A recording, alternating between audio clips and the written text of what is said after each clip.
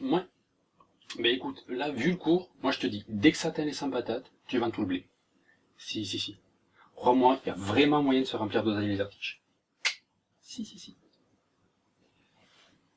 Ah, je vais te laisser par contre, j'ai l'épisode qui commence. Allez, bisous Jérôme, et bonne chance pour le procès. Salutations et Veno Gabelou. 24 janvier 1984.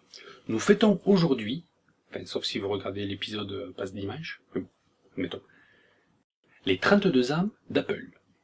Si. Et je me suis dit que comment mieux célébrer la marque à la pomme que de parler pognon. Vous allez me dire c'est pas super innovant, mais si, ceci est une révolution. Parce que moi, je ne vais pas me contenter de vous balancer des estimations à la Mormalneux, des allégations sur un tel gagne tant, un tel gagne tant. Je vais vous donner le vrai salaire d'un youtubeur.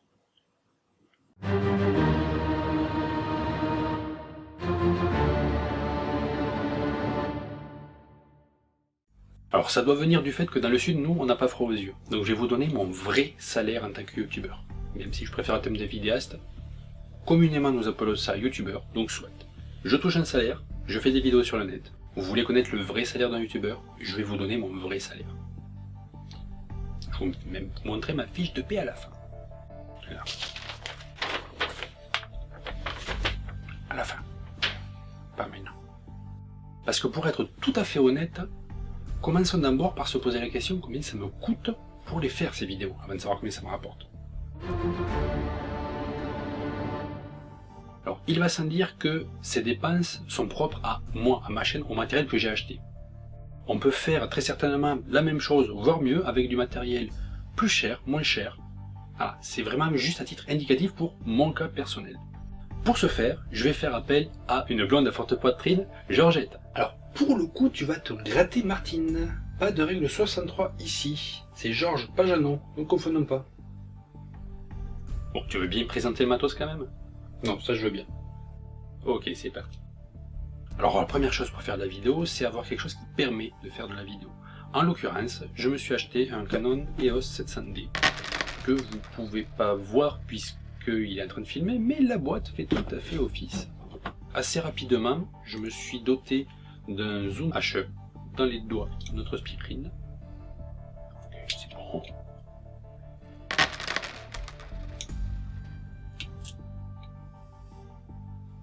Et un petit peu plus tard, je me suis doté de Vidéomic Rode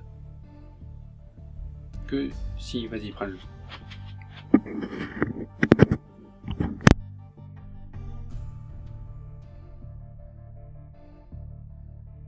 Voilà.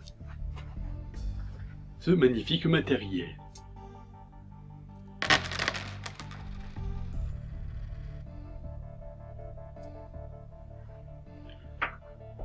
J'ai également récemment fait l'acquisition d'un trépied pour remplacer l'ancien qu'on me prêtait qui était vieux et malhabile. En l'occurrence, un compact action de la marque Manfrotto. Bon matos a priori, qui devrait me durer bien longtemps. Il a fallu que je me dote également d'un logiciel de montage. En l'occurrence, je me suis acheté la licence pour le Movie Studio de chez Sony.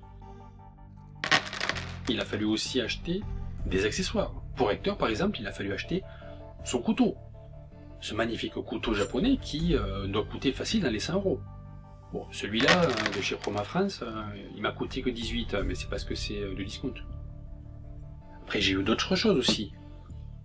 Ce petit crâne bol, tout mignon, tout joli, bah lui, m'a coûté une quarantaine d'euros. Il y a les kilomètres que j'ai fait pour l'épisode dans l'Aveyron. Quand même 600 km de bagnole pour l'épisode.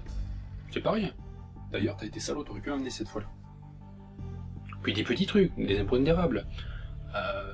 Le petit Goku, le Pikachu, que je sais pas où c'est que je l'ai rangé maintenant. Et plein d'autres petites choses comme ça qui sont venues s'ajouter petit à petit, qui font que depuis la création de la chaîne, j'en suis à pas loin de 1400-1500 € de matériel divers et variés. Ça, c'est pour les dépenses pures. Mais il y a autre chose qu'il faudrait savoir compter. Le temps. On connaît tous l'expression, le temps c'est de l'argent. Essayons donc de convertir le temps que je passe à faire une vidéo, puisque vous notez bien que ça ne se fait pas en un claquement de doigts, en argent. Pour ça, essayons de quantifier. J'estime à peu près que au niveau du temps de recherche, le temps de tournage et le temps ensuite de montage de la vidéo, à peu près 35-40 heures par épisode du Végarou. Donc pour vous fournir une fois par mois un épisode du Végarou, faut compter une quarantaine d'heures, à peu près. Ça dépend des fois. Hein. Pour les épisodes de Recteur, par contre, c'est un petit peu moins de temps, puisque j'estime que ça se fait à peu près en 8 heures en tout et pour tout. Entre la recherche, la recette elle-même, et après le dérochage et le montage, 8 heures de boulot par recette de Recteur. Il y a enfin le live qui dure à peu près 1h30, 2 heures, donc le temps du live. Ensuite c'est un montage très simple puisque je ne fais que découper une partie du début, une partie de la fin, et je vous le livre comme ça, donc à peu près 2 heures.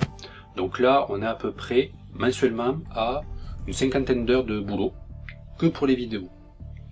À ça va s'ajouter à peu près 2 heures par semaine de tout ce qui va être gestion des réseaux sociaux, vous communiquer des trucs divers et variés. À peu près oui, 2 heures de travail annexe pour la chaîne dans son ensemble. Donc on arrive à quelque chose comme mensuel, une soixantaine d'heures, à peu près. Tout ça, on pourrait dire que ça fait à peu près un mi-temps sur le mois, donc ça correspondrait à, si on part sur la valeur d'un SMIC, à quelque chose comme 450-500 euros, si c'était payé le SMIC. Mais est-ce que ça vaut vraiment un SMIC? Ça me fait penser à un petit dessin que j'ai vu récemment. Le temps de travail ne permet pas d'évaluer vraiment le coût. Et la question qui peut se poser est quelque part la différence entre la valeur de quelque chose, son prix et son coût. Ces trois notions, bien que très liées, ne dit-on pas d'ailleurs valoir le coup? Non, c'est pas ça. Un coup avec un P. Hein. Mais est-ce que les choses valent leur coût? Clairement non. Ce qu'il faut comprendre d'abord, c'est des valeurs. Il faut bien comprendre le système des valeurs, après ça va tout seul. Mais tout ceci, ces histoires de valeur, de prix, de coût, je vous propose que ce soit plutôt l'objet du live. Donc si ce n'est pas déjà le cas, je vous invite à me suivre sur les 2 réseaux sociaux pour être au fait de l'actualité et ne pas le manquer. Et si d'aventure vous l'avez manqué, vous pouvez aussi cliquer ici pour avoir la rediff, tout simplement. Nous venons donc de voir que faire des vidéos sur YouTube, ça a un coût et ça prend du temps. Mais il y a aussi moyen que ça rapporte un petit peu. Voyons comment. Voyons donc les différentes recettes. Hop hop hop hop. C'est la recette, pas les recettes. Et alors du coup, la recette, c'est moi. Tu mets l'épisode en pause et tu laisses parler le chef. Vas-y. Pour cette recette, déjà sachez qu'elle m'a été inspirée par ce petit clip que je vous invite à regarder. Ou plus tard, il sera aussi dans la description. Sachez juste que nous allons cuisiner de l'argent. Du blé pré-cuit. Le blé, l'argent, vous voyez. De l'oseille. Ou de l'épinard. Une brique de crème, celle que vous voulez. De l'artichaut. Du sel. Une herbe aromatique qui se trouve être entre l'oseille et l'épinard. Donc ça s'y prête assez bien. Et enfin, une patate. Pas ça, mais une, ça suffira. Tous ces ingrédients vont être travaillés à la vapeur, ou, si vous n'avez pas plusieurs vapeurs, à la casserole. Et je vous invite, si ça vous intéresse, à cliquer ici. Venez. Argent. J'aime l'argent. On en mangerait. Et sinon, moi, je vais laisser la parole à Végarou. Voyons donc les revenus possibles pour un vidéaste sur le net. Vous la connaissez toutes, la pub. la fameuse petite annonce que vous attendez les quelques secondes pour pouvoir la passer en début de vidéo. Vous aurez d'ailleurs remarqué que sur les miennes, il n'y en a pas. J'aime pas les pubs, donc je vous en fais pas manger. Un autre revenu possible, ça va être le placement produit. D'ailleurs, petit jeu. Combien de marques et lesquelles ai-je placé dans cette vidéo?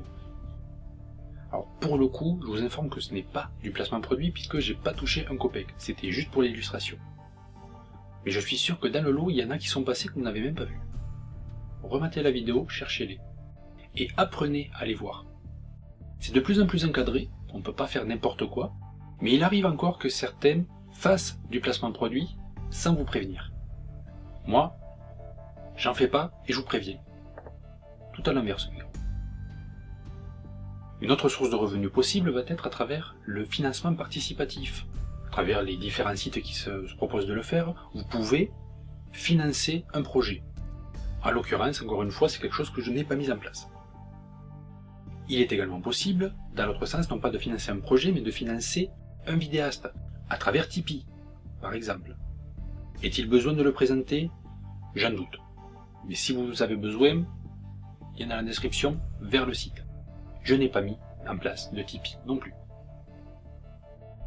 Je pourrais très bien vivre de la vente de produits dérivés. Tout ce qui peut être par exemple de très jolis mugs.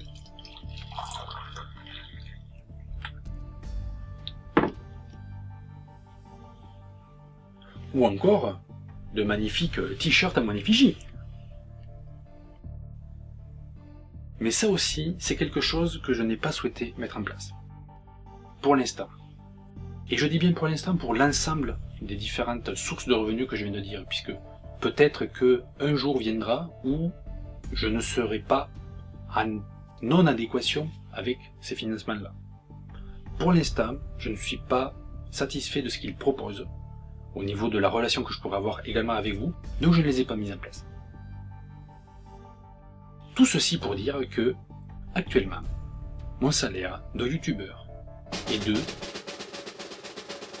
Suspense... 0. Alors j'entends déjà certains d'entre vous vous demander, mais qu'est-ce que c'est que cette tisane? Qu'est-ce qui vient de nous jouer? Il s'est joué de nous. Et pourtant non. Je vous avais promis de vous donner le vrai salaire d'un youtubeur. Je vous ai donné mon vrai salaire de youtubeur. À ceux qui débarquent sur la chaîne, attirés par les sirènes de ce titre accrocheur, bienvenue à vous. Bienvenue sur la chaîne Dieu et Garou, où, à la lumière de la lune, nous essayons de voir les choses de notre quotidien sous un autre éclairage. N'hésitez pas à me dire dans les commentaires ce que vous en avez pensé. C'est valable aussi pour ceux qui connaissent déjà la chaîne. Que pensez-vous de tout ceci, cette réflexion, au final? Avons-nous besoin de connaître le salaire d'un youtubeur, le salaire d'un auteur de film, le salaire de notre boulanger, le salaire de notre moniteur d'auto-école, le salaire du gendarme qui nous a mis un PV pour excès de vitesse? Franchement, n'avons-nous pas passé l'âge de jouer à celui qui a la plus grosse? Surtout que c'est pas la taille qui compte. C'est bien la phrase de quelqu'un qui en a une petite. Qu'en pensez-vous? Dites-le moi dans les commentaires. Pour ma part, bienvenue à nouveau. Ceux qui étaient déjà là, faites comme d'hab. Et je vous dis à la prochaine lune.